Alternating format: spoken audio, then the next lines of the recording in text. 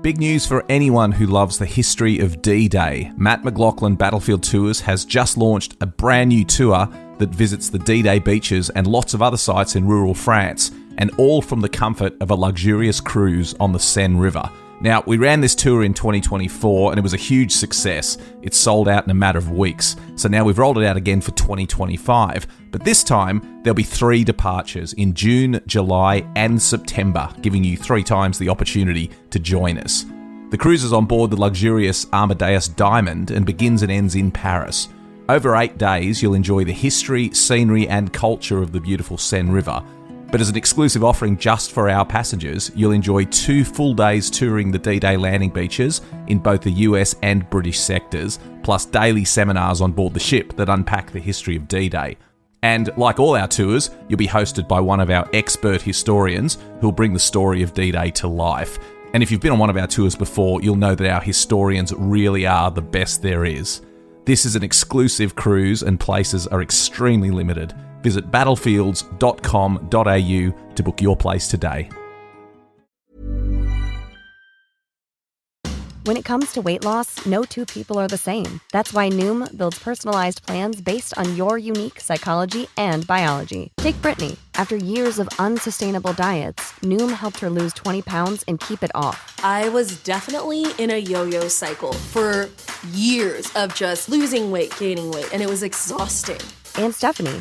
She's a former D1 athlete who knew she couldn't outtrain her diet, and she lost 38 pounds. My relationship to food before Noom was never consistent. And Evan, he can't stand salads, but he still lost 50 pounds with Noom.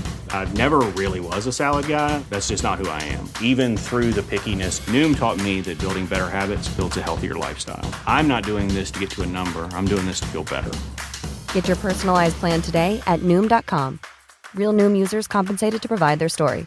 In 4 weeks, the typical Noom user can expect to lose 1 to 2 pounds per week. Individual results may vary. Outdoor adventures often come with a side of itch. That's why you need Sarna Calm and Cool. Sarna Calm and Cool provides the soothing care your skin needs.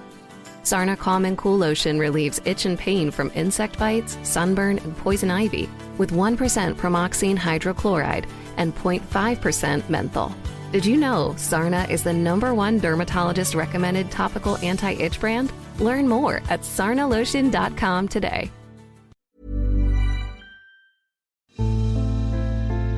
A Living History production. I'm Matt McLachlan. And I'm Pete Smith. We're battlefield historians who love nothing better than getting out and walking the ground where great battles in history took place. And now we'd like you to come with us. Every week, BattleWalks will take you to one of the great battlefields of Europe. As we walk the ground, we'll dig through the pages of history. We'll uncover the secrets of the battlefields, and most importantly, we'll tell the stories of the people who fought and died there. Welcome to BattleWalks. Hello and welcome to BattleWalks. I'm battlefield historian Matt McLachlan, and I am loving this podcast series. It's fantastic to be out walking across the great battlefields of Europe, and indeed, a few more far-flung places are on the horizon as well. So walking across the great battlefields of the world. I'm loving it. Thank you to everyone who's been contacting us. Thousands and thousands of new listeners have joined us in the last month or two, and it's just wonderful to hear that people are enjoying what we're doing. So please continue to send us comments, continue to send suggestions into us. A lot of people are listening to us on YouTube, which is quite interesting, so continue to send lots of good messages through there. Facebook, Twitter, we now have dedicated pages for BattleWalks on both Facebook and Twitter, so certainly track us down. Also, personally, me, Matt McLachlan, or my host, Pete Smith, or Living History. There's a whole heap of ways to get in touch with us, so please just do reach out and say hi. We love to hear from you. Joining me, as always, from France is Pete Smith. Pete, g'day. Hi, Matt. Ready for another walk on the battlefields? It's going to be a good one, this one, Matt. I always love getting out. We do some that are in cities. We do some that are on specific sites. But I love these ones where we get out and actually walk across a battlefield. And this is a good one. We did Bullecourt a few weeks ago, which was really great. I really enjoyed that one. And that's been one of our most popular downloads we've done to date. This is another one. Again, it'll resonate with our Australian listeners, but I'm sure our listeners from Britain and Canada and the US and France and everywhere else will also enjoy it because it's just such a fascinating walk. This is the Battle of Le Hamel, or the Battle of Hamel, as it was called during the First World War, in 1918. Not to be confused with the region also in the Somme of Beaumont-Hamel, where the famous Newfoundland Memorial Park is. This is Hamel near Villers-Bretonneux, right in the heart of the Australian battlefields. It's going to be a good walk. It certainly is, and very right to comment upon the Le Hamel issue, because there are more than one. I think there are about 3 Hamels just in this area, in the Somme and Pas-de-Calais. So we always make sure that when we're talking about it, that we say Le Hamel, but the soldiers and the officers at the period that the fighting took place in 1918, they would have just known it as Hamel. But try and use Le Hamel, certainly if you're doing any research or you're trying to find it on the map. There was even one when we did our D-Day podcast on Port and Bessin. There was also, I noticed as you were talking about their objectives as they came ashore, there was a Hamel there in the middle of all that as well. So it's a popular French name. It probably just means small village or something in French. It's a very common. It probably harks back to the same as the word ham in English, which just relates to a small village. There's probably a connection there. I'm no linguist, but I assume that there'd be a connection. But it is a very popular name, particularly in this part of France. It is, yeah. So, an interesting walk, this one. Where should we start? Because I do want to talk about John Monash, because this battle is considered his, it's been called his masterpiece. I mean, Peter Fitzsimons had his book, which came out a couple of years ago, called Monash's Masterpiece, 93 Minutes That Changed the World. And, we Australians are always up for a bit of hyperbole, but I thought that one was that was going all in. That was going all in on the importance of this battle. Let's start with the history. Let's do one of your excellent potted histories of why this thing occurred, and then let's just talk a little bit about Monash and its importance in the scheme of the First World War. Okay, so the Battle of Le Hamel, what's it all about? Well, this is a period when we are drawing breath. We've just faced the German onslaught, the Grey Avalanche that started on the 21st of March, and the Germans have been pushing us back effectively up until almost this period. So let's get the date sorted out. The 4th of July. This is the battle that's going to take place on the 4th of July. We should say at this point, this is 1918 we're talking about, so we're late in the war. We're back in the. I mentioned Somme at the top of the discussion, and that's true. We are back in the Somme, but not in 1916. We're now late in the war in 1918. Yeah, so Grey Avalanche, the Germans forcing us back. We've basically stopped the Germans. We are drawing breath, and it's going to be our turn. We are preparing. We are going to now take the war back to the Germans and start to force them back. It's going to be known as the 100 Days, the Battle of Amiens, and it will start where we are, at Le Hamel. So, but we're not going to talk about that. That's for a future podcast, but that's where we are at this point, and there is a bulge in the line. There's a bulge in the line that needs to be sorted out, but there's something else going on. The French are under pressure again, and they are holding. They've been equally under pressure by the Germans, and they are also hoping to draw breath. And so what they want is they don't want any more Germans basically turning up in their sectors and putting even more pressure on them. So they're requesting if we can keep the Germans busy. In other words, if we can keep nudging against their lines. We call this at this period peaceful penetration. It actually comes from 1917. And this is where we are basically just taking lumps out the German lines. We're not giving them back. We are raiding and then holding the sections. So we're keeping the Germans under pressure. But we have this big bulge at Le Hamel that involves a little bit of a ridge. It's called the Wolfsberg, and it gives the Germans a good view, and we really need the Germans not to have that view, and we need to straighten the line. So this battle is all about straightening the line and taking out this bulge in the line in preparation for the big attack on the 8th of August.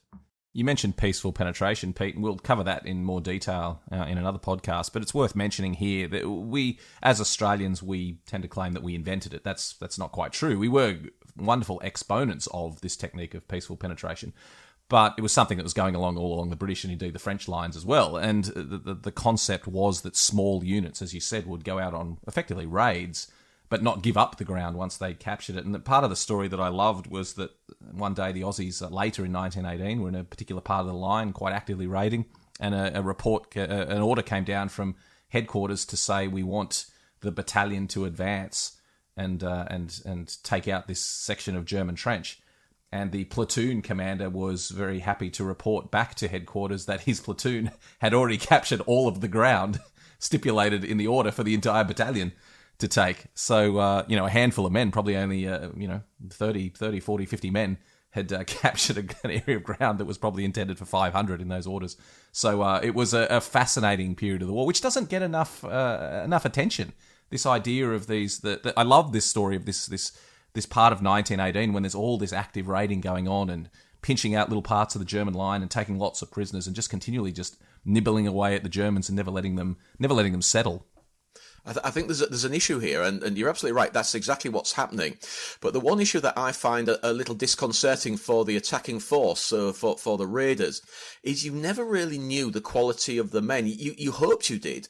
Certainly, if you'd been doing patrolling and taking prisoners, then you'd been interrogating them to try and find out what quality of men you're facing. But very often, in some areas, you'll get whole units would surrender and put their hands up as soon as somebody crested their eyes almost. They realised that the game was up. But in other areas, you have the exact opposite. Units with a esprit de corps, German regiments, battalions, and they would fight it out to the last man. And that's part of the problem. As you crested their eyes, doing whatever it is you're doing, you didn't know what you were going to be facing. Would it be one of the units that they'd surrender fairly quickly, or would it be one that would fight to the last man?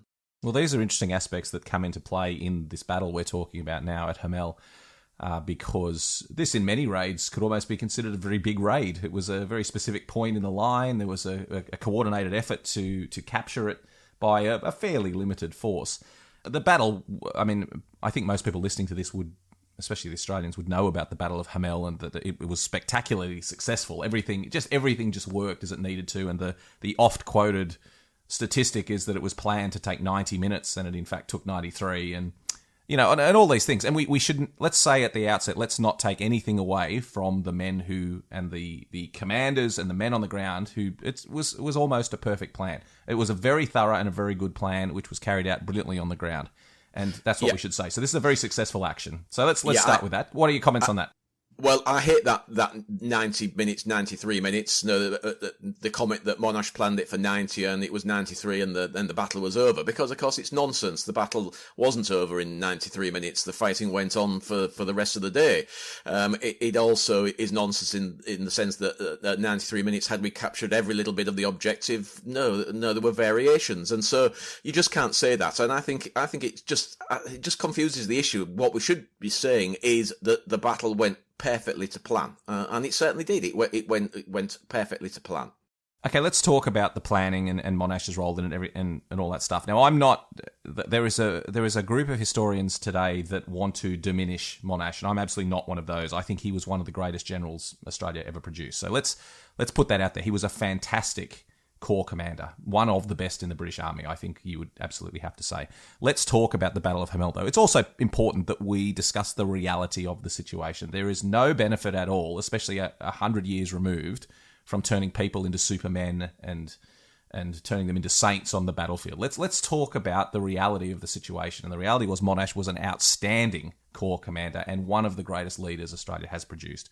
And this was a wonderful example of just how well he could run a battle. And that is where Hamel sits. It was a small action, but a very good example of how the war should be fought and how the war indeed would be fought for the rest of the year and right up until the end of the First World War. And it did paint a picture of how the Germans could be defeated. But let's also, while paying Monash his dues, let's get some reality in there. All this talk about Monash's masterpiece, 93 minutes that changed the world, etc. What I want to say is Monash was an excellent engineer, and in that same vein, he was a great general. But he was not an innovator in the sense that he invented these techniques. The Australian Corps was always part of the British Army. And what I say about Monash is he was an excellent consolidator of information. And this applied when he was an engineer. He famously built several bridges in Melbourne. When he built those bridges, he didn't wake up in the middle of the night and say, "Egads, I've just come into my head a new way of cementing stones together or the shape of an arch." Or what he did was he consolidated information that was freely available and brought it together in new and interesting ways. So he would read huge amounts of information about how in Europe they were building bridges and a bridge in Asia had done something and a new type of stone was used. And he would bring this information together and then apply it in a novel and interesting way. And that was what he was the master at. And it was exactly the same on the battlefield. So at the Battle of Hamel and at the 8th of August and all these, and Mont St. Quentin and all these other great actions that we remember him for, he was bringing together information that was readily available and constructing it in innovative ways and putting it together very efficiently and very effectively. But these were not unheard of tactics. Everyone knew that this was the way that battles were going to be fought. Close cooperation with tanks, aircraft doing more than they'd done in the past, making the men's job easier as they went in, the innovative use of artillery. This was the way that 1918 was going to be fought. And Hamel was a wonderful example of that. But let's not stray into that territory of thinking that Monash invented all these techniques on his own and this was the only time anyone had thought to apply it. Pete, what are your thoughts? Yeah, well, I think the most important thing from my point of view is that he had the time here to work it all out.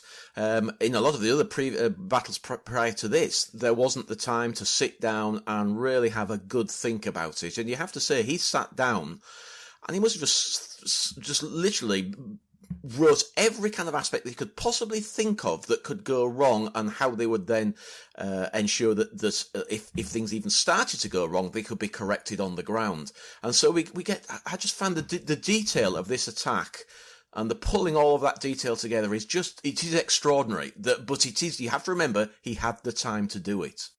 And Monash was absolutely the ultimate micromanager. He would have been a pain in the ass to have to work for. If he was your commanding officer, your life would be miserable. You would be going to meetings 17 times a day to discuss rations and how they should be distributed in the front line. He was the ultimate micromanager. And I'm not saying this as a criticism.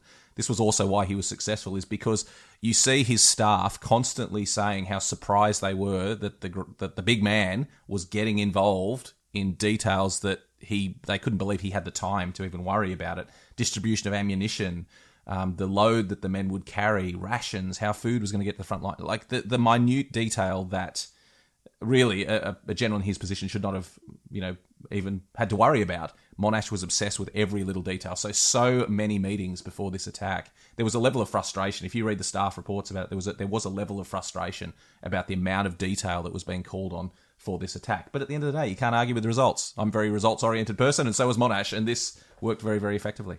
I think one of the issues that I always found fascinating is that, of course, because he viewed that the surprise element was key to all of this, that there was no point in it all, no point in all this kind of detail if the Germans knew they were coming.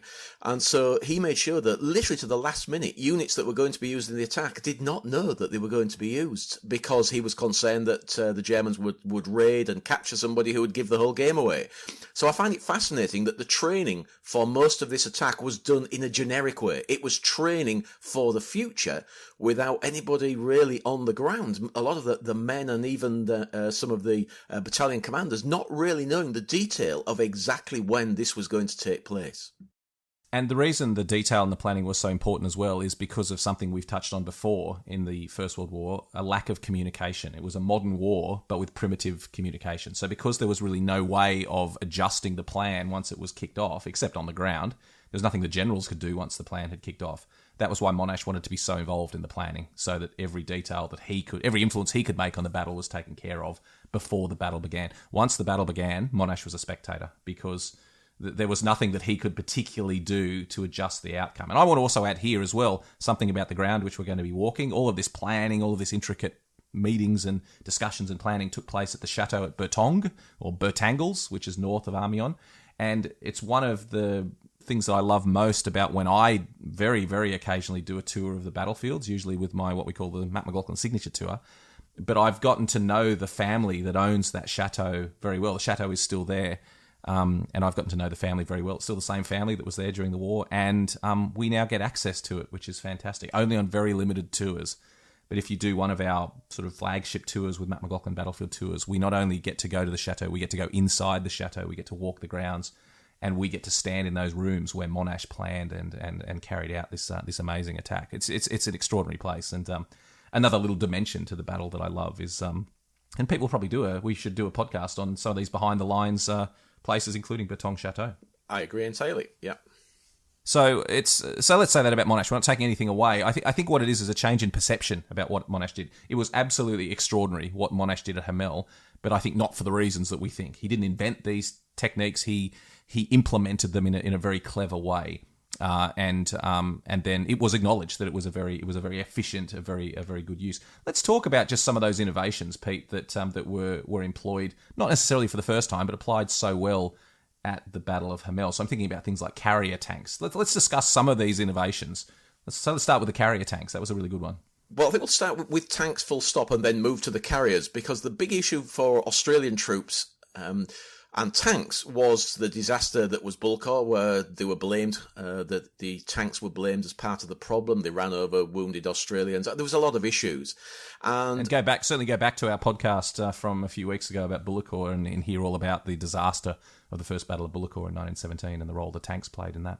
Yeah, and I think also there's an issue, again, because there were no Australian tank crew, so they're all Brits. And it just didn't sit very well together, and Monash was aware of that, and he thought, I've just got to sort this out, quite rightly. This needs to be sorted out, because from now on, we are going to be advancing, hopefully, and the tanks are an integral part of the battlefield, and we need to make sure that everybody is happy about that. So he spent a lot of time ensuring that battalions were trained with tanks. They were even allocated tanks to the battalions. The battalions painted their patches on the sides of the tanks so that they would recognise them. Tanks are an issue, actually, on the battlefield. People not that keen on being close to them because they draw fire. But of course, if they're moving as quick as they can do, then they are going to be helpful. And the communication infantry with the tanks working together, it's part of this concept, this all arms battle, and that's what this action is going to be. It's really the first all arms battle, and it's certainly the first one that was written up properly. So in other words, after the battle, then it's going to be written up, and I always view that as a very important aspect of this battle. It's all right having success, but if nobody writes up what went right, because we have a terrible habit of recording what went wrong. And so this is a positive reinforcement, we call it nowadays, is that this needed to be written up and saying, this is what went right, this is what went well, and effectively on the 8th of August, we need to be kind of duplicating this if we're going to have the success that they in fact did have on the 8th of August. And let's just jump in here to talk about tanks in the First World War, because our perception of tanks is greatly skewed by what happened in the Second World War. We think of blitzkrieg and very high-speed tanks tearing across France in 1940. It's obviously a very different thing in the First World War. Tanks were effectively mobile support units, mobile artillery, mobile machine gun crews, and they were used very effectively in Hamel and in later battles in 1918 for exactly that purpose. So if you were an infantry unit advancing, and you came across a German strong point and there was a German nest of machine guns that was pinning you down and causing casualties, the plan was you could call in a tank to come and take care of that. Whereas 2 years earlier, you would be on your own on that battlefield. You would not be able, there was no way of communicating with the artillery that were kilometres behind you to tell them to shift their fire. There was no way of getting mobile fire onto that strong point, so you simply had to take it with guts and glory. The tanks now gave the infantry mobile support on the battlefield, and that was happening not just with tanks. That was the whole process. Mobility and an independent operation. We'll get into this in a separate podcast because it's a topic I'm fascinated with, but it's quite a complicated topic. But the big change between 1916 and 1918, for example, in my mind, was that units on the ground could adjust the plans as they had to and call on support that could be adjusted on the ground. So that could be things like trench mortars. It could be things like rifle grenades, definitely Lewis guns, the light machine gun that the platoons carried, but also by this stage tanks as well. So that to me is the key point, that if you were a soldier on the ground, you're attacking a German strong point, you're coming under fire, the plan wasn't unrolling as it was supposed to, you now had options. You could call on a tank, you could call on some trench mortars and deal with that strong point on the ground. Yeah, well, just a little bit. These are Mark Vs, so these are modern, the latest version. So these are a lot more reliable, and that was the main key, that they needed to be more reliable because they broke down a lot. They're also a little faster, so these are doing 7.2 kilometers an hour. So this is still walking speed effectively, but it needs to be, because these are designed to advance with the infantry, and you don't want them racing ahead and the infantry losing sight of them. So, and also this is the attention to detail. Tanks carried spare ammunition and water for the infantry. So this is not a carrier tank specifically designed to carry tons and tons of supplies. This is just a fighting tank. But even the fighting tanks loaded up with as much as they could of water and small arms ammunition so that they could resupply the infantry and just throw it out when they felt it was a good spot to leave some. So it's that attention to detail that is key to this battle. It's those little attention, as you say, attention to detail, those little points. Water was essential on the battlefield. Imagine you're up all night fighting. It's incredibly tiring and creates incredible thirst in the men. And getting water to the men in the front line was always a huge challenge during every war, but especially during the First World War. Trying to get them across that ground was always a difficult challenge. And another thing we should say about tanks before we move on is they discovered this during the First World War, and it applies even today. Tanks are excellent at capturing ground and terrible at holding ground. Tanks cannot hold ground. So even if a tank manages to break through and smash the enemy, tanks can capture ground, but they cannot hold it. You always need infantry to come up and consolidate and support the ground that the tanks had just captured. And that was exactly what battles like this one demonstrated. I'm probably getting way too specific here, but it's a fascinating part of... And this is the point that we should start discussing these innovations, that the role that tanks would play in future wars was being established now in battles like the Battle of Hamel. But also talk about the carrier tanks, Pete, because they were pretty fascinating as well. Well, the carrier tanks were the latest innovation, really. They were designed to carry literally enormous amounts of supplies. Now, I did read the figure yesterday, and I didn't scribble it down. But it's thousands of men. They are replacing, I think, 4 carrier tanks replaced, I think it was 1,200 men. Each tank carried as many supplies. We're not just talking food and ammunition here. We're talking barbed wire, everything. Pickets, duckboards, sandbags. Each carrier tank carried as much as would normally require 1,200 men. So effectively 2 battalions by this stage of the war to bring it up, like a ridiculously large amount of supplies, and then could drop them in pre-designated supply dumps as the ground was taken. And so some of the Australians report that they arrived finding a supply dump already in place in areas that only minutes before had been in German hands. Just absolutely extraordinary. I'll just give the numbers here. We've got 60 tanks operating during the battle and 4 supply tanks. So 4 supply tanks operating during the fighting. So just extraordinary stuff. Other innovations, the use of aircraft, Pete. I mean, aircraft had long been recognised as essential on the battlefield and their role. Incredible how quickly they developed. That, it was only a decade that flight had even existed, when powered flight had existed, when the First World War began. But by this stage, only 4 years later, aircraft became essential on the battlefield, didn't they? Yeah. I mean, previously, they'd been up in the air spotting, effectively, and the fighting going on between the fighters was to protect the spotter plane. So it was all about vision and the need to see what your enemy is doing. Now that's completely changed. I suppose it was the bombing war as well. So if you're going to fly over this is how it started, if you're going to fly over your enemy's trenches, then you might as well throw something out while you're crossing over the trenches. And of course, we now have proper bombers. London had been attacked in 1917, but the big innovation here is basically the fighter bomber. That's what it is. It's ground strafing. It's the fighter, not the fighter bomber. The fighter, the aircraft that just comes down and strafs your enemy. And so this is what they're being used for. Obviously, you can't do that in the dark, but the minute that it became light, then they were attacking targets. So you've got tanks attacking targets, you've got the aircraft attacking targets, and you've got artillery being used against specific targets, all being indicated by a variety of smoke bombs or other methods. So again, if you plan it properly, then somebody is going to come to your aid if you need help. Resupply as well was also a novel use of aircraft in this stage. This was one of the first times that ammunition was dropped from aircraft, not particularly successfully and not in large numbers, but in a couple of key points, particularly those Lewis gun drums, which were essential to keep the troops going forward. A few small ammunition drops were actually made from aircraft. Yeah, so these are being dropped by parachute.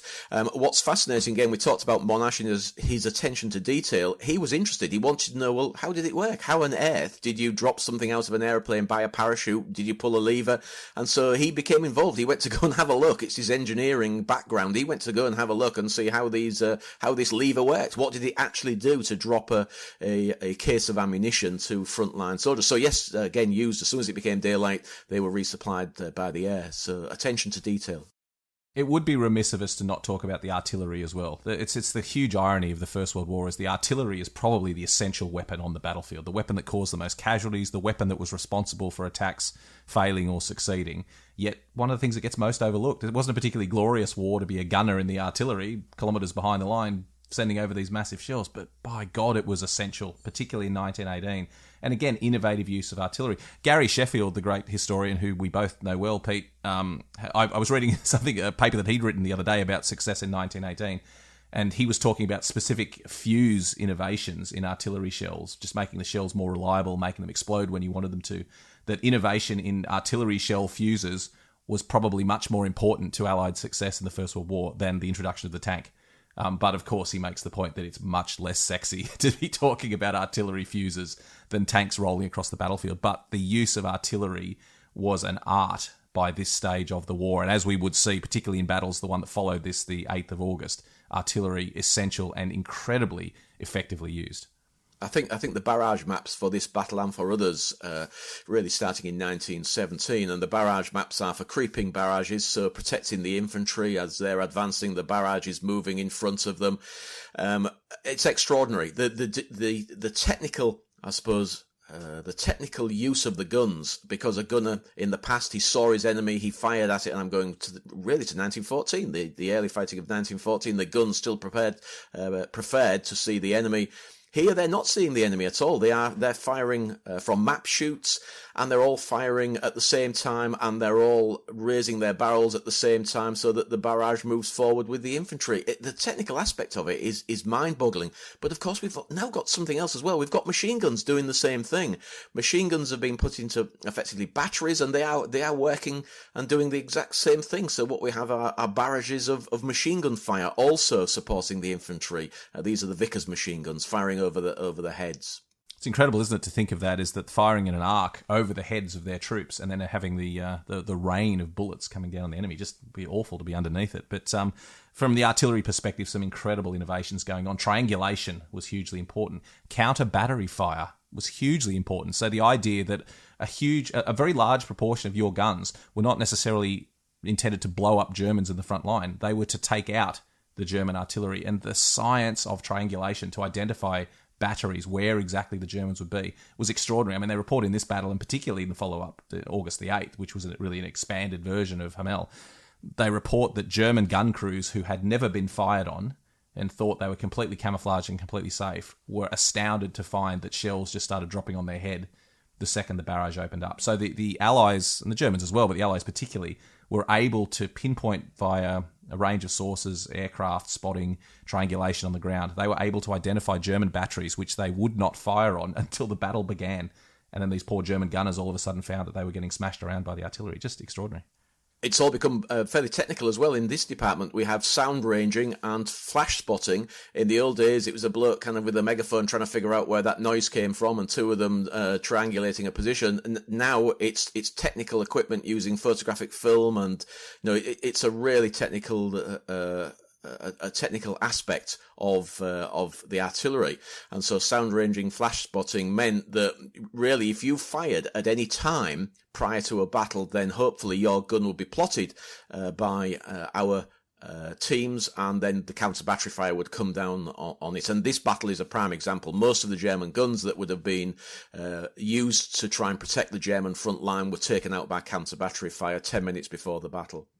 There's something that gets mentioned about the artillery as well, which to me was more of a novelty but still quite effective, was the idea that in the days leading up to the attack, they would do sort of spontaneous artillery barrages, and they would mix deliberately. The Allies would mix smoke in with gas shells, so they would fire a large proportion of gas shells, but they would also fire smoke shells as well. And in the weeks leading up to the attack, it conditioned the Germans that if they saw smoke, there was also going to be gas mixed in with it as well, and they'd have to put their gas masks on. And so on the morning of the battle, I love these little innovations. The morning of the Battle of Hamel, they fired the smoke without the gas, yet the Germans still expected the gas attack, so they put their gas masks on. Because, of course, the issue with gas is it's fantastic at clearing out the German lines, but it also makes it impossible for your troops to then get in and occupy those trenches. So they couldn't have that situation at Hamel, so they just fired the smoke shells. The Germans expected a gas attack, put their gas masks on, and the Australians reported in some numbers that they were taking German prisoners wearing their gas masks, even though gas had not been used particularly broadly during the attack.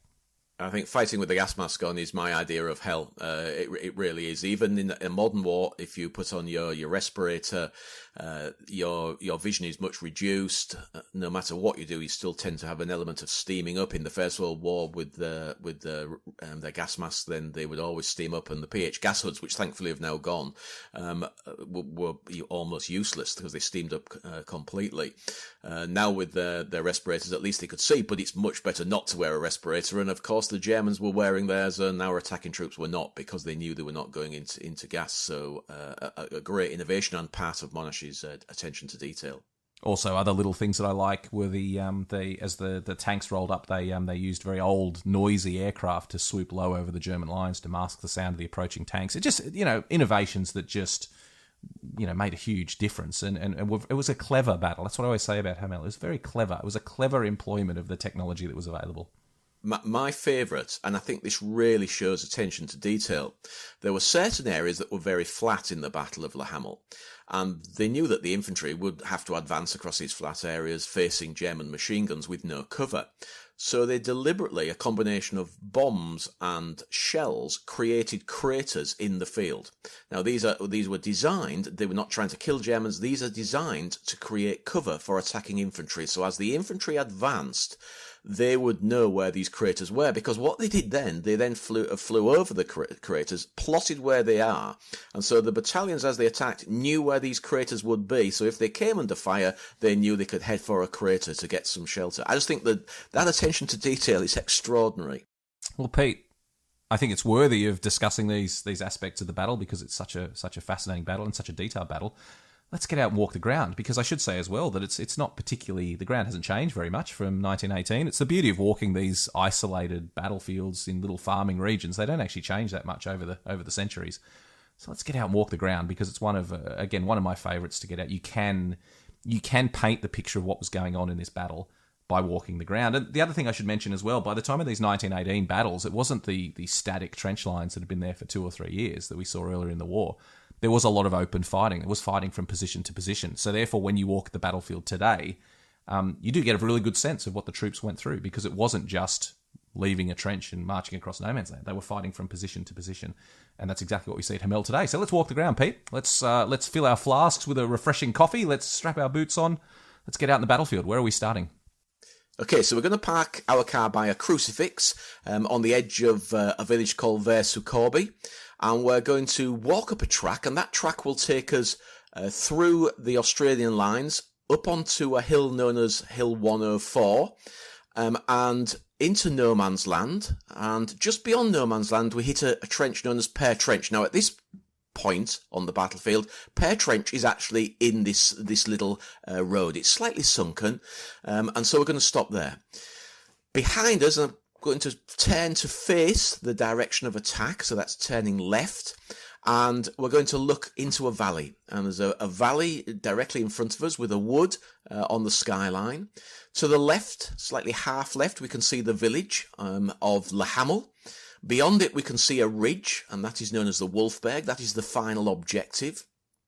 To the right, we can see a little copse, first of all, and that's called Central Copse. And then beyond it, and slightly left, 2 woods now joined together into one big wood, and it's Hamel and Ver Wood. So all of these are important objectives, but actually we are standing in probably where some of the hardest fighting took place, and this is in Pear Trench. Now, as we just discussed slightly earlier, these are not trenches in the sense of what we would have expected in 1916 or even in 1917, where we have basically a trench that runs from the Channel. If we want to be silly, it runs from the Channel to the Alps and there's no breaks in it. That's long since gone. What we now have are what are known as redoubt positions. They have all-round defence, they have a few machine guns. So Pear Trench is just a length of trench that doesn't appear to be really connected with anything else, but it is, because the fire from Pear Trench is enfilading. In other words, it's coming in from the side of those troops that are trying to attack down through the valley and up towards the woods.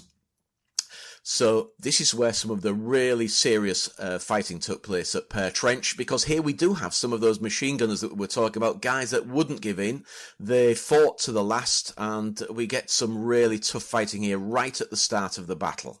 Now, Pete, I'm going to confess to being a bit of a numpty here, because I've known about Pear Trench for a very long time, for several decades, and it was only relatively recently that I was looking at a trench map and noted the German positions, and that the trench at Pear Trench was shaped very much like a pear, like the fruit, which is obviously why it was given the name. And it had never occurred to me before but when you look at a trench map, you absolutely see that. Something we've been remiss in not mentioning to this point, Pete, and it does come into effect here greatly, is the Americans that also attacked alongside the Australians. That about 1,000 American troops were also brought in. One of the first actions Americans fought on the Western Front. And there's a whole story about how the Americans were supposed to fight in larger numbers, and then the American commanders withdrew them, etc., etc.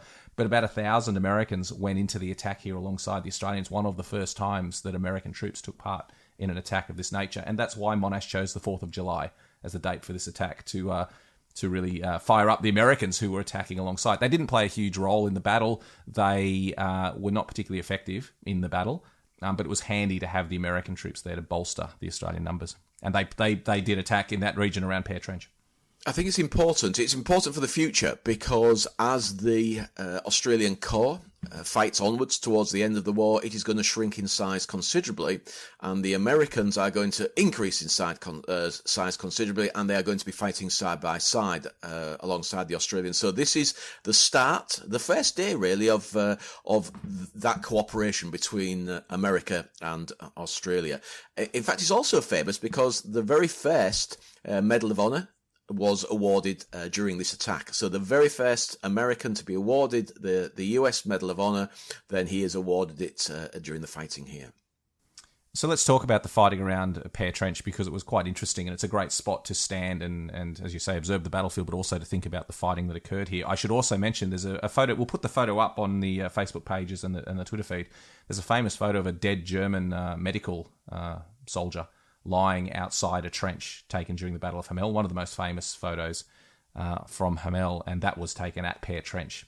And so let's talk about some of the fighting here, Pete.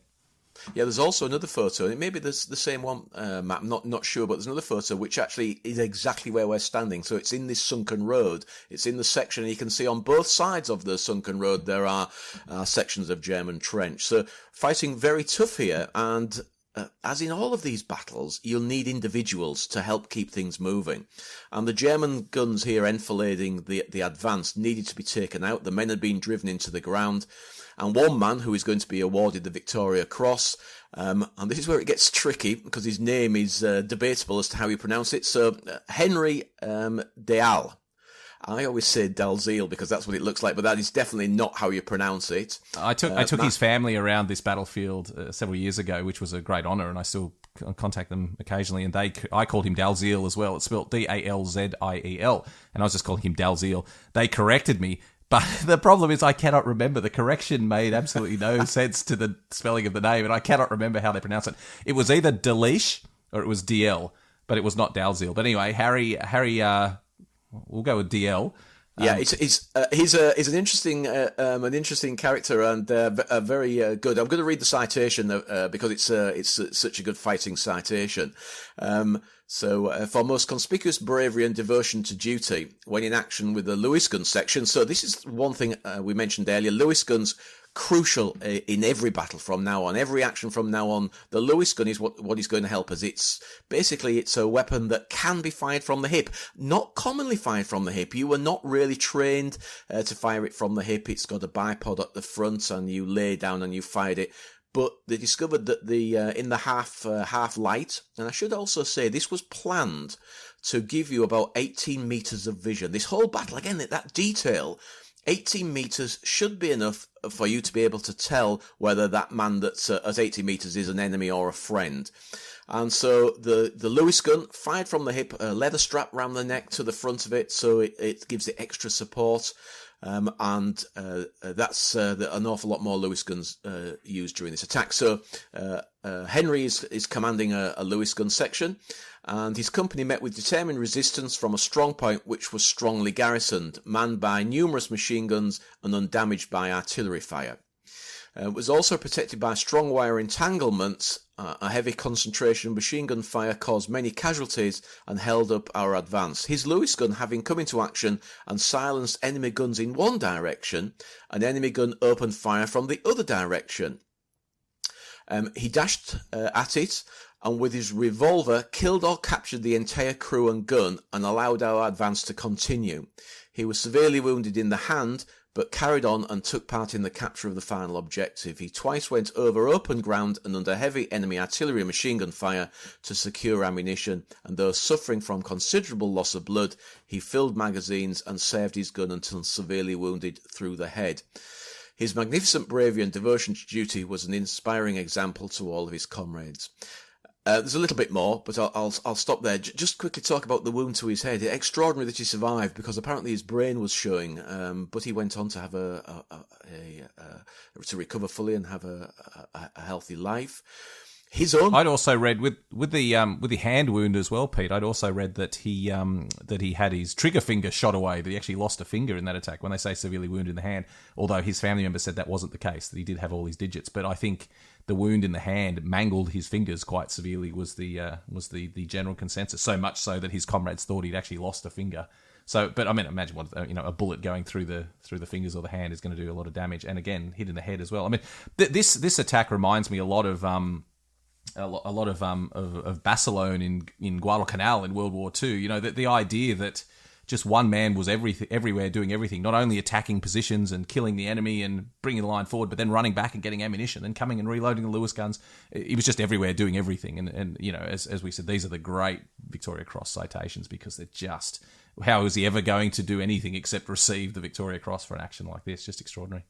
I think these are guys that really get it into their head that they're going to do during the fighting absolutely everything they can to keep their comrades alive, because that's what this is about. This is about ensuring that he's keeping alive his comrades, his Lewis gun teams, and also he wants to go home, as all of them did. And there is this big change, and that's something we should have mentioned earlier in this attack, that everybody is on a high. This is an attack which basically is our turn. It's our turn. This is the start of an element of revenge, you would have to say, of pushing the Germans back.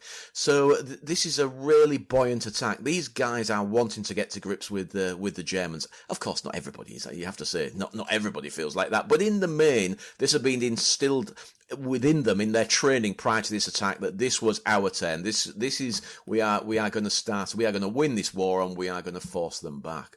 You're right what you say too about that feeling of retribution against the Germans, because several reports, particularly from battles like Villers-Bretonneux, which had taken place a couple of months earlier, but one issue that the officers had was trying to hold the men back. That once the men got going against the Germans, they wanted to keep going, and there was a lot of scores that were settled in these battles. It's awful to think about what that means. It means killing and death and getting sometimes a very brutal revenge. But that was a big element here, that they felt after all these years of trenches and mud and being away from their families, that they were finally going to give the Germans the kick up the bum that they deserved. And so there was quite a level of retribution and score settling which took place in these battles. Really quite horrific when you think about what that means on the ground.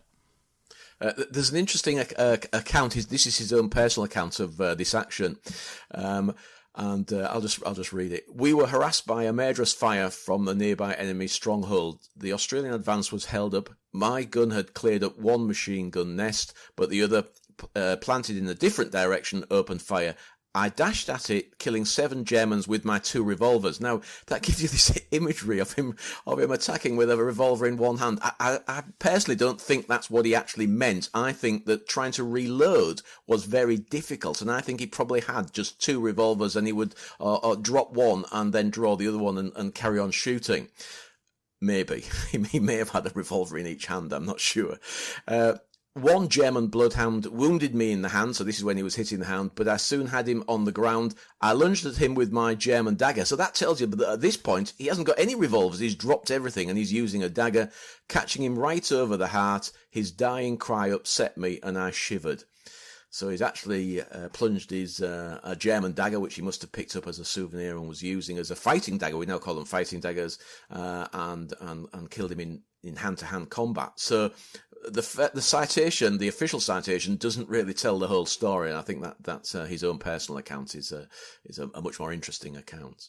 Doesn't reveal a lot about the fighting at this stage as well, about men innovating. These are experienced fighters now. These guys have been fighting for a long time, about what they would take into the battle. We see this all the time with soldiers, about what they felt they needed in a battle. He was a Lewis gunner, so therefore he wasn't carrying a rifle because he had the quite bulky Lewis machine gun. Even if he wasn't personally carrying it, he was responsible for directing them.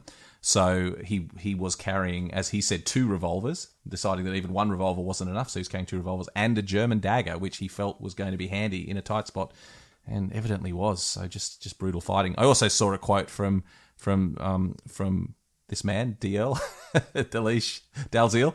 He went back many years later, he went back. I think it was in the 30s. He went back to the battlefield and walked the ground.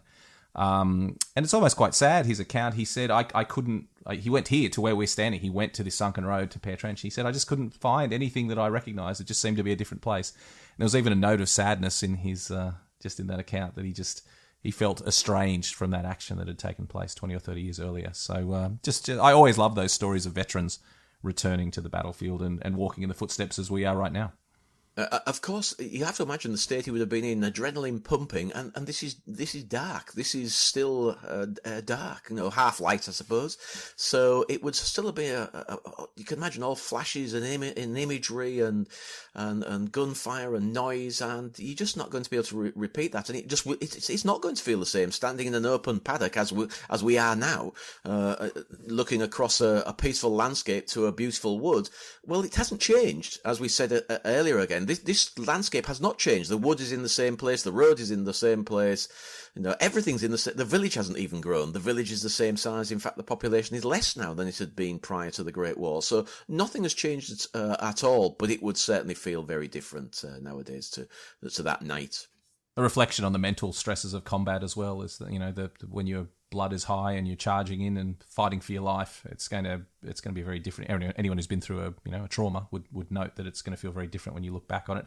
And again, there's some wonderful photographs at this time that the photographic technology was advancing and the importance of photographs was acknowledged. And there's a photo that I really love, which to me sums up everything that was going on, which is a picture of a captured German trench mortar position on the morning of the battle after the fighting had stopped. Just with Australians draped over every corner they can, sound asleep. They've been up all night. The strain of combat was immense, and it's reflected well in that photo of them just sleeping in the summer sun wherever they can find a spot. They're actually stretcher bearers, so I think they're absolutely exhausted from basically going backwards and forwards to the front line and back to the front line and back, taking men back, their battalion stretcher bearers. So I know exactly the photo you're talking about. It's a great photo. And what's interesting, that mortar didn't open fire. That German mortar still has the cover on it, the leather cover that covered the barrel. So it didn't even have the opportunity to open fire. It was overrun before it could be used. So where to next on the walk, Pete? I think Pear Trench is an absolutely fascinating spot on the battlefields in general, and there's more to come on this battlefield. Right. Pear Trench now swings away on our right-hand side, so you have to imagine that we've broken through Pear Trench and we're heading down into the bottom of the valley. And we have this little bushy area on the right-hand side, and again, very clever planning by the Germans. This is Kidney Trench. And I know you're going to tell me that this one's in the shape of a kidney, which I hadn't noticed, but it probably is. And so Kidney Trench on our right-hand side is in the bushes, and it's still, we can imagine exactly where it is. Obviously, there's nothing there now, but we know exactly where it was, and you can imagine it being there in this little copse of trees. So just 2 or 3 trees. Again, there's a few low trees here as well. And as we walk down the road, we would have been fired at from the flank, from the right-hand side. So again, it's going to take individuals to take this section of the trench. Heavy casualties, not heavy casualties. Relatively speaking, this is not a battle of heavy casualties, but casualties again taken by the machine guns there. It's a little nest of machine guns, but it's going to be taken out. And again, we have an individual act of a Lance Corporal, Thomas, he was actually known as Jack Axford, who will be awarded the Victoria Cross. Now, I have to say that these are the 15th Deal was the 15th Battalion, and Axford is the 16th Battalion, so both from the same brigade here. And that's one thing I should have also said. 3 brigades being utilised during this fighting, but they're from different divisions. And again, it's Monash deciding, let's mix it up a bit. Let's not use one division in this attack.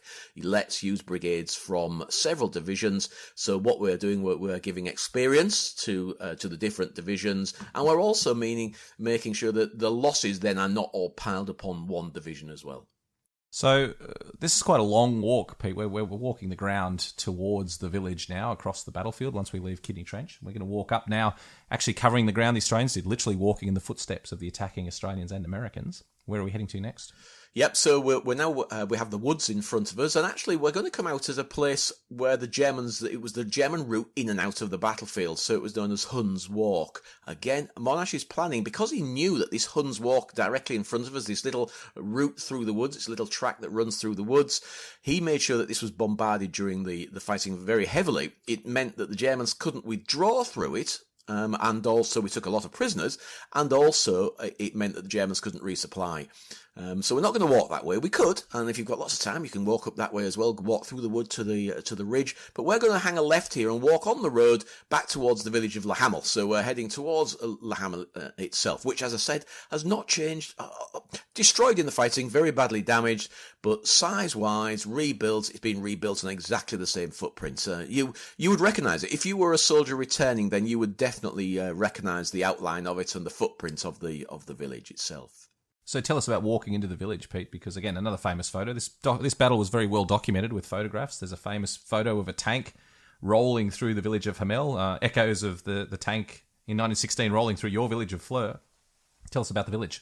Apart from very few of the tanks during this action broke down, we don't get any knocked out. I think 2 of them had problems, but no tanks completely destroyed in this fighting. And so there's a very famous picture of the tank rolling through the village. And interestingly, most of it has been rebuilt, but there's just some big gates and part of a wall that are still there. It's exactly the same. So it's one of the only places where you can stand and say, yep, this tank was right alongside this bit of the wall. It's almost opposite the church. The church had gone. Church is always destroyed because of the vision issues with them, people up in the towers, so they're always targeted.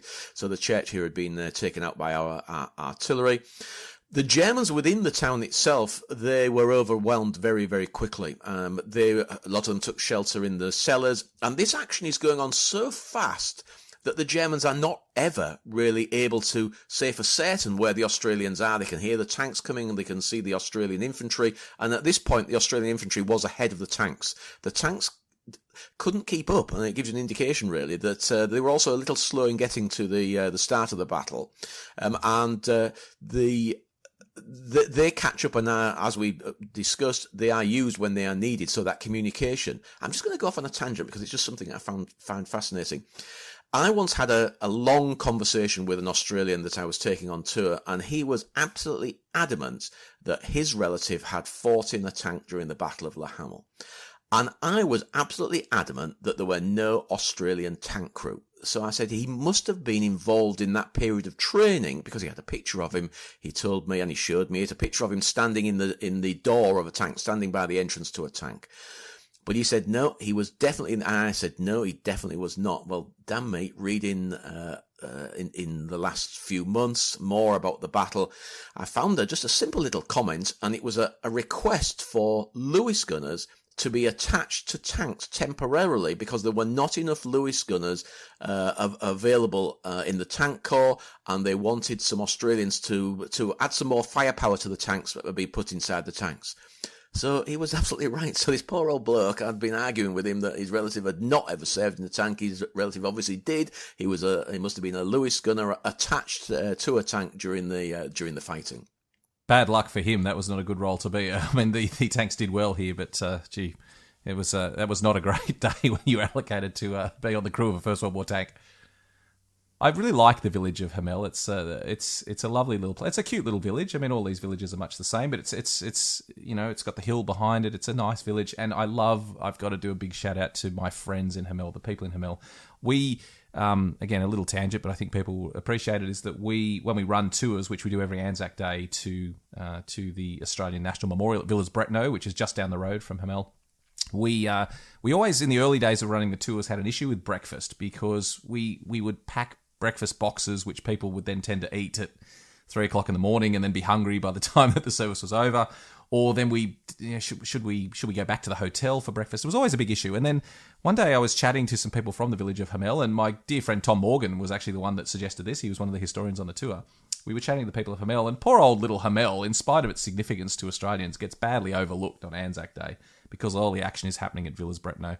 And so we spoke to the local people and we said, would you like to host our tour group for breakfast? And we've done it now for 12 or 13 years, probably it's been. Not obviously at the moment with COVID, but up until that point. And it's one of the absolute highlights. So I just want to say a shout out to the wonderful people of Hamel. We do it in the school hall next to the church.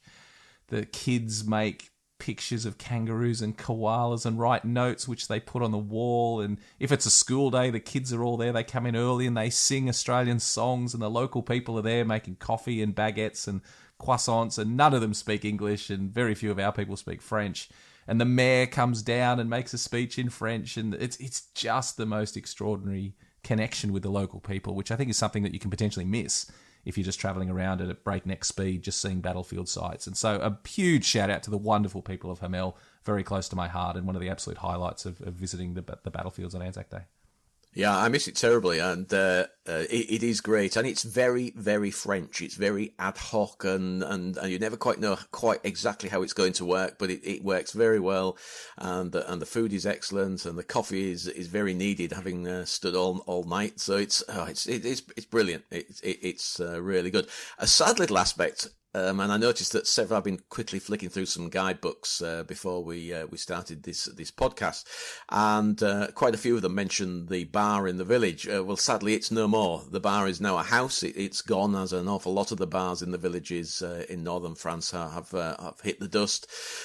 So I miss it terribly. That ability to have a coffee and a beer if you wish as a break in your touring. So you have to now carry it all with you, and so we'll be carrying our coffee with us, and we're going to head up through the village now towards the village war memorial. So this is the start of the climbing ground, which will eventually take us up to the Wolfberg, which is the German strong point, their final objective, in fact where the command structure was based.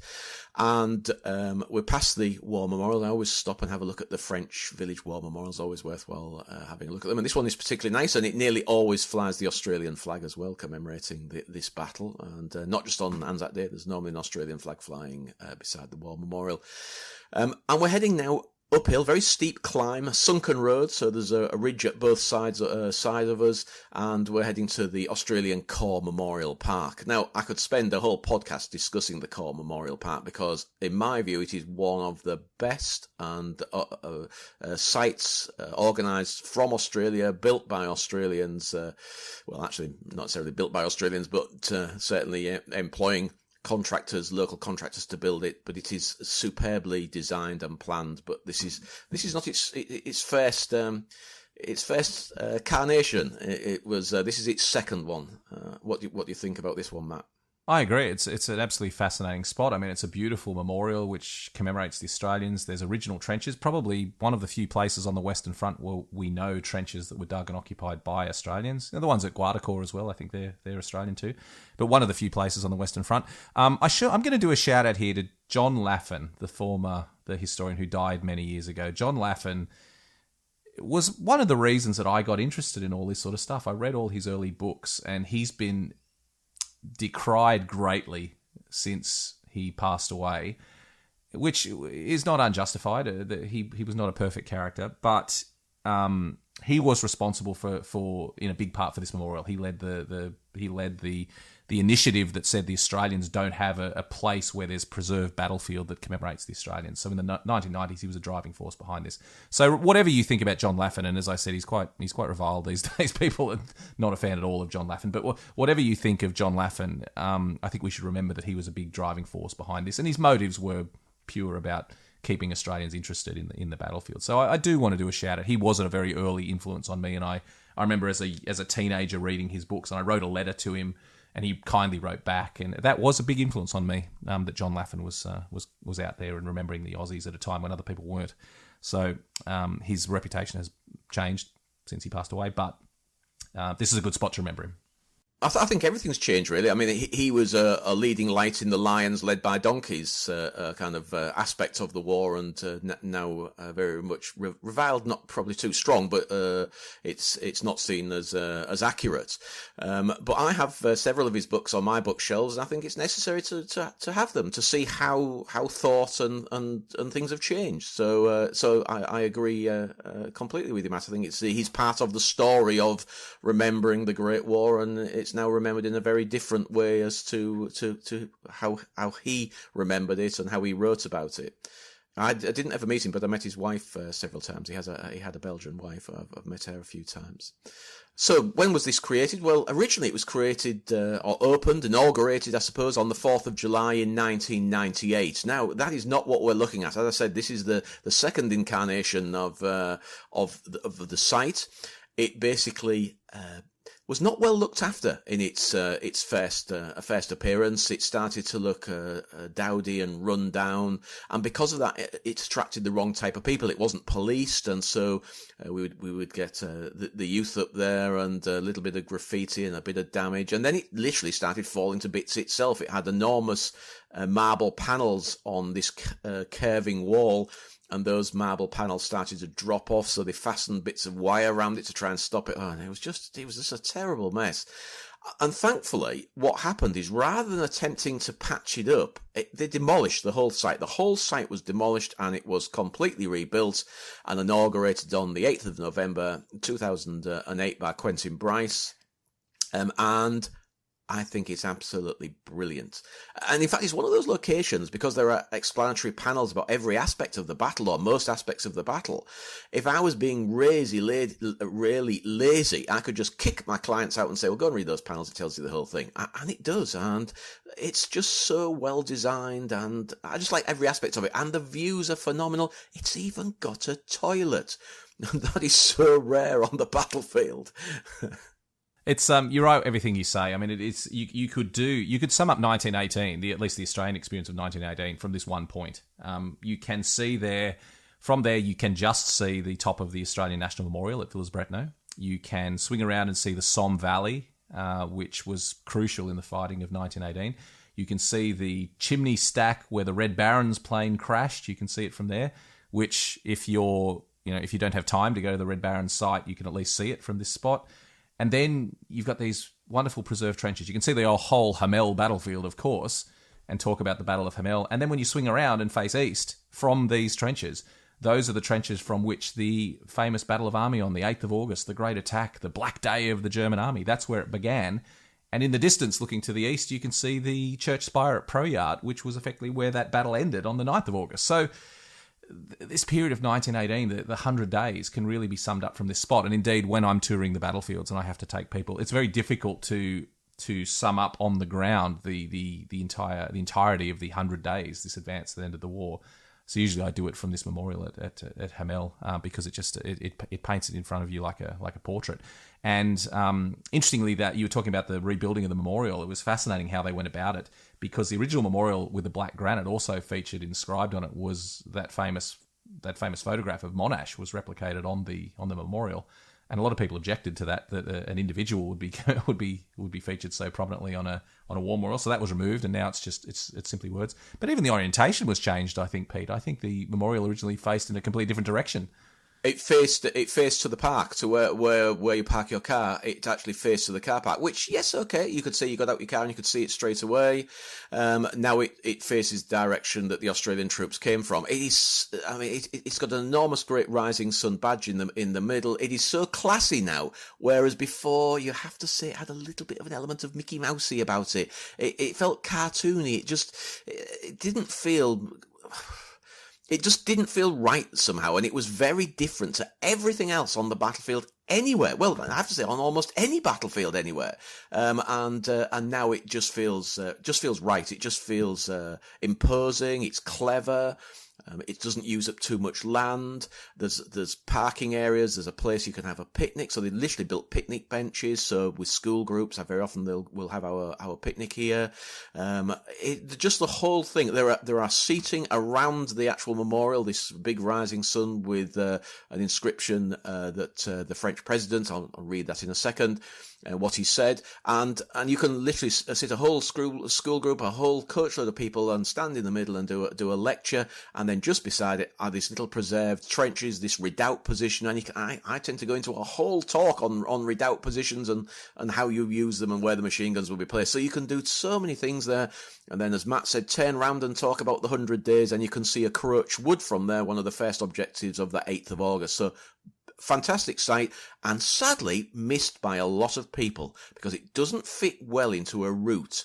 And so a lot of people go from Villers-Bretonneux to Albert, and they may point it out from the ridge opposite where the Red Baron was shot down. But it is missed by a lot of people who are on fairly tight schedules, and it is, in my view, absolutely essential that you visit this site. And the preserved trenches, of course. They're not preserved trenches. They're original trenches that they filled in with stones to keep them in place. One thing I actually like to do when I'm there is if you duck into the little scrubby patch behind the memorial, the trenches continue through there. And so you can actually see these original trenches, originally dug by the Germans and then occupied by the Australians after their victory here. So an essential site. Really great. Let's hear what the French president had to say, Pete, which is now inscribed on the memorial. I have to say, I'm not a particular fan of this, and it's essential that it's written down because it is exactly what he said, and he was overjoyed with what had happened because he could see that this was the start of the end in this area and the start of us rolling up the German line. So this is what he said. When the Australians came to France, the French people expected a great deal of you. We knew that you would fight a real fight. But we did not know that from the very beginning you would astonish the whole continent. I shall go back tomorrow and say to my countrymen, I have seen the Australians, I have looked in their faces, I know that these men will fight alongside of us again until the cause for which we are fighting is safe for us and for our children. You have to say, it's brilliant. But the only slight problem with it is that we knew that you would fight a real fight. And I just wonder, what is it saying about everybody else? So I suppose I turn it round a little bit. It's kind of a great, it's a great slap on the back for the Australians, but what is it saying about everybody else? So I always have a kind of a look at it sometimes and I think, I'm not sure. But it is a great compliment to the Australians fighting here, certainly at Hamel and elsewhere, of course. It's also probably unique that the Australians would take the opportunity to say that we did a good job somewhere during the First World War, because I don't know if you've noticed, but us Australians are incredibly humble, and we like to just remember that we were part of a team and that we just did our small part. Obviously, I'm being ridiculous here. We Aussies love the suggestion that we won the First World War. I'm not even saying this in an offensive way to any Australian. I mean, as Aussie, I will beat my chest as much as anyone, but it's a great Australian tradition to get over there and to say that all you Poms would be speaking German if it wasn't for us, and to actively believe it. And good on us for this is a moment where we where we beat our chests hard. But I mean, every nation needs to do that. And as we've said in our previous podcast, I think New Zealand is probably the only country that doesn't claim that they won the war with their one little division. But I think every country needs that spot to say this was where we did great things, and there's no better spot than that for that than Hamel. Much more, I think, than the even the Australian National Memorial. You know, in terms of a spot where you can stand and just remember what a great job the Aussies did. This is the one on the battlefields. This is a great spot. I have to say, having said all of that we've just discussed, it's unusual that it has so many flags flying here, because we have an American flag, we have the British flag, we have the French flag, and we have the Australian flag. So we have the four flags, and the Canadian flag. And I think, did we mention the Canadians? No, the Canadians not there. So the Canadians their flag doesn't fly there. So it's interesting. I'm going to look that up. I'm pretty sure the Canadian flag flies there. But Pete, you go there more than I do. So because how I always look at it is the Brits are on the left, so you've got the British flag. So effectively, we're on the other side of the river. The Americans are here, so their flag is there. The French, it's their country, and of course the Australians, because they're here. Oh, does it have the Canadian flag? Oh, it might have. And then the Canadian flag might be on. Now I'm not sure. Now you've said that, is the Canadian flag on the other side because the Canadians were on the right? Because the Canadians were on the right. Oh, damn. You might be right. I'm going to have to check. We're going to have a look. We're going to have to look this up now. See, this is the joy. People who think that these are scripted podcasts where we're just reading from a script now know that that's absolutely not the case. So we will, the second we finish recording, we will have a look. I think it's 5 flags. I think the Canadians are there. Because the reason I say that is because people always say, where are the New Zealanders? Why have we missed out our Anzac brothers? Yeah. But it would have, if we had to include the entire coalition that was fighting, there would be 115 flags. So we've got to. I'm now going to reword it, and I'm just going to say there are a lot of flags flying at Hamel. I'm actually looking it up as we speak. Carry on, Pete. Okay, so so a great memorial, and certainly well worth going to have a look at. So we're going to walk back to where we parked the car. There is a little toilet block, as I said, which is bizarrely is crucial on the battlefield. And then beside the toilet, so we have another little area of preserved trenches, which is always worthwhile having a quick rummage through that as well. I always like to get people onto the landscape if we can. But the views are just spectacular. It is extraordinary what we can actually see from here. Once this was taken, this effectively was the end of the battle. It's the final objective. It was taken within within that, I'm going to say it, that 90 odd minutes. It doesn't really matter. It was taken as it was planned to be taken, and we dig in, and then we wait again, and literally a month later, on the 8th of August, or just over a month later, then that black day for the German army, and this is where we're going to jump off. This is where it's going to the Australian troops will attack from. I am looking at a photo of the memorial now, Pete, and left to right we have American, British, Australian, French, Canadian flags. Of flying. course, so I'm glad we cleared that up. And the Canadian flag is obviously there because of the essential role that not so much in this battle, of course, but the essential role that the Canadians played alongside the Australians on the 8th of August. I like the fact that this site is also a nod to the 8th of August. And as much as we say that, as Australians, we tend to be a bit one-eyed about the Battle of Hamel and claim that it was the turning point of the war, I love that at this site, it's also very much a commemoration of the 8th of August as well, the Battle of Amiens. And that was the day that changed everything in the war, the Black Day. And when you stand there and if you look east, you see a little wood way on the skyline, and you can just see the spire of a church peeking out above it. And as I said, that is the village of Proyard. It was not taken for a couple of days. It wasn't taken on the 8th of August, but that was close enough as it makes no difference. That was where the advance ended. And when you see how far, I mean, was it something 12 kilometres they advanced on the 8th of August? Just incredible from this point. Yeah. Just the Germans called it Der Schwarze Tag. Absolutely. The Germans called it Der Schwarze Tag, the Black Day. So again, I always like that this site commemorates the 8th of August as much as it commemorates the Battle of Hamel. I'm just going to do the final figures. I think it's important that we have a look at the casualties. I would give them accurately to you if I possibly could, but I looked at 3 or 4 different sources and they all gave me different figures. So I've kind of had to come up with a mean average, really. So approximately 1,400 German prisoners were taken. And 2,000 Germans were killed during the fighting. Australian casualties, about 1,062, which is an odd figure. It seems like a very accurate figure, but then I found another account saying 1,400. So around about, let's say, 1,250 Australian casualties. And then this is where I've had such a real variety of figures. One quote, 800 killed. I think that's just wildly over the top. And then another quote, 250 killed. So I think I'm going to stick with the 250 killed. Have you seen figures for these, Matt, at all? Yeah, it's always a bit confusing. I'm not sure why in a battle that was so well documented that there's so much confusion.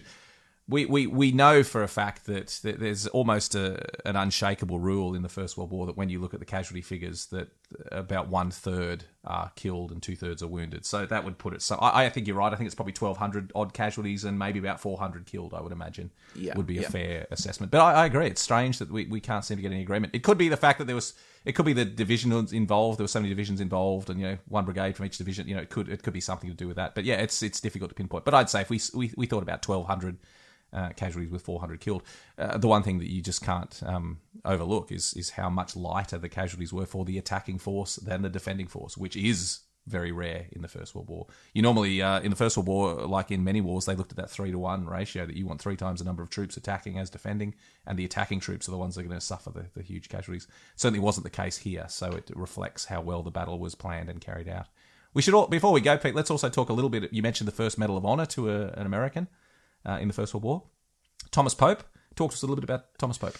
Okay, Thomas Pope, again, advancing embedded. So these guys were not all put together. So the Americans are not in, I think there were several companies, 4 companies attacking, but they were not all together. They were spread liberally amongst the Australians.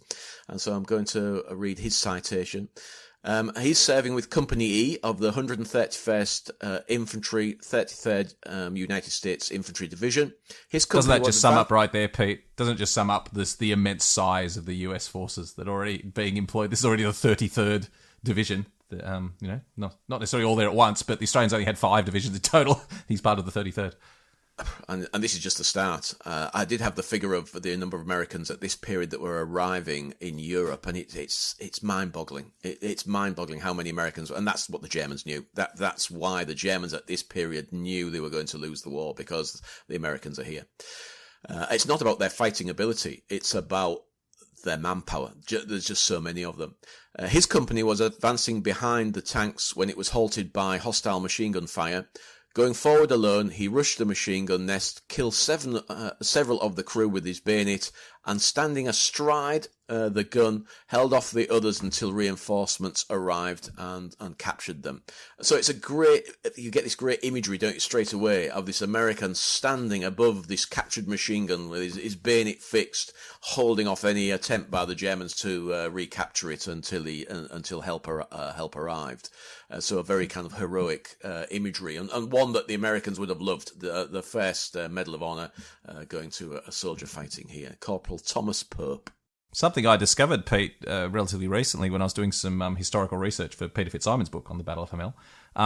Something I discovered, I'm not saying I was the first one to find this, but it certainly hadn't been noted very widely to that point, is that Pope was the very next day, the 5th of July, was heading back to the reserve area, and a random shell landed and wounded him, and he was shipped home and never returned. So his war was one day. The 4th of July 1918 was effectively his one day of combat in the First World War, and he made good use of it by earning the Medal of Honor.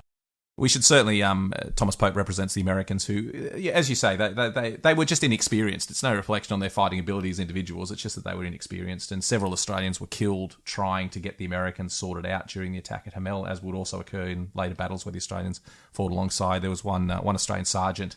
The Americans were in danger of walking too quickly and walking into the creeping barrage, the shells that were falling in front of them.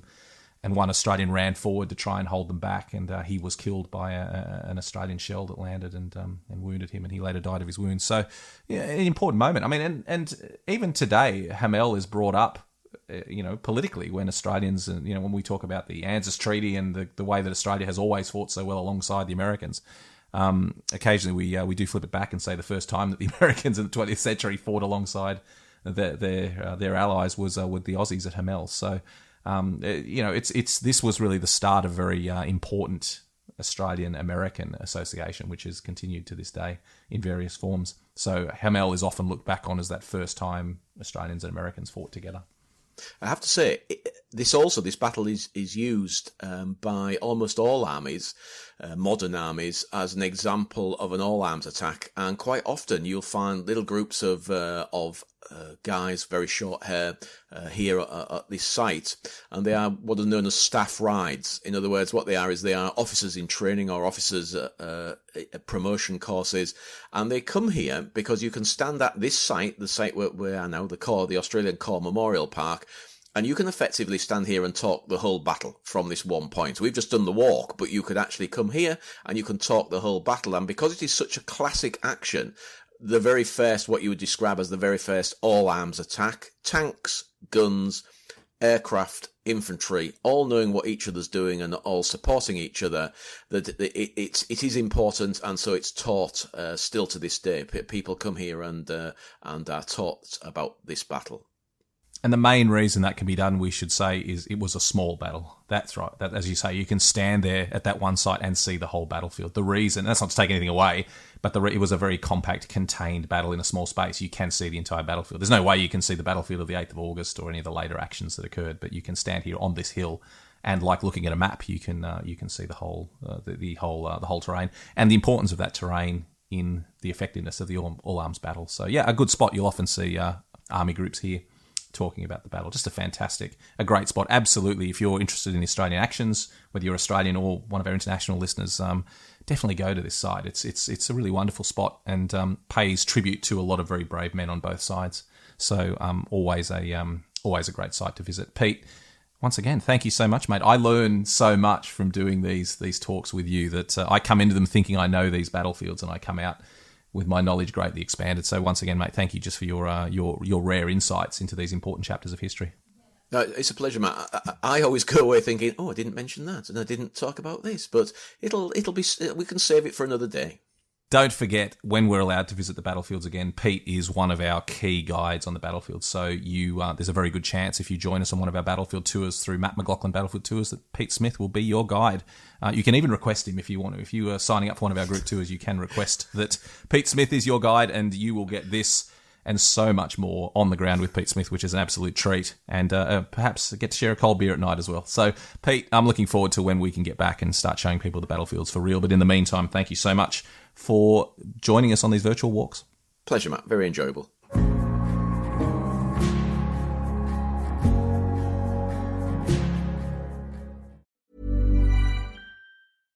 Balancing a wellness routine and busy travel plans?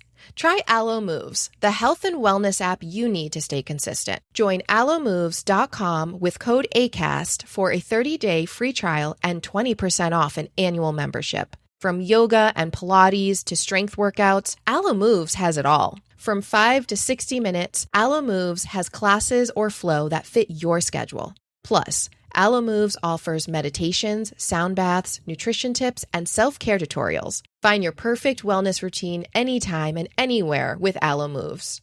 At Leidos, a brilliant mind is smart, but a brilliant team is smarter. A ship that finds enemy subs is smart, but an autonomous fleet, that's smarter. Defending against cyber attacks? Smart. Stopping attacks before they start? Smarter. And using AI tools is smart. But integrating trusted mission AI into your technology is smarter. We're not just making technology solutions in national security and health. We're making smart smarter. Leidos. Imagine what's possible when learning doesn't get in the way of life. At Capella University, our FlexPath learning format lets you learn on your own schedule. A different future is closer than you think with Capella University. Learn more at capella.edu.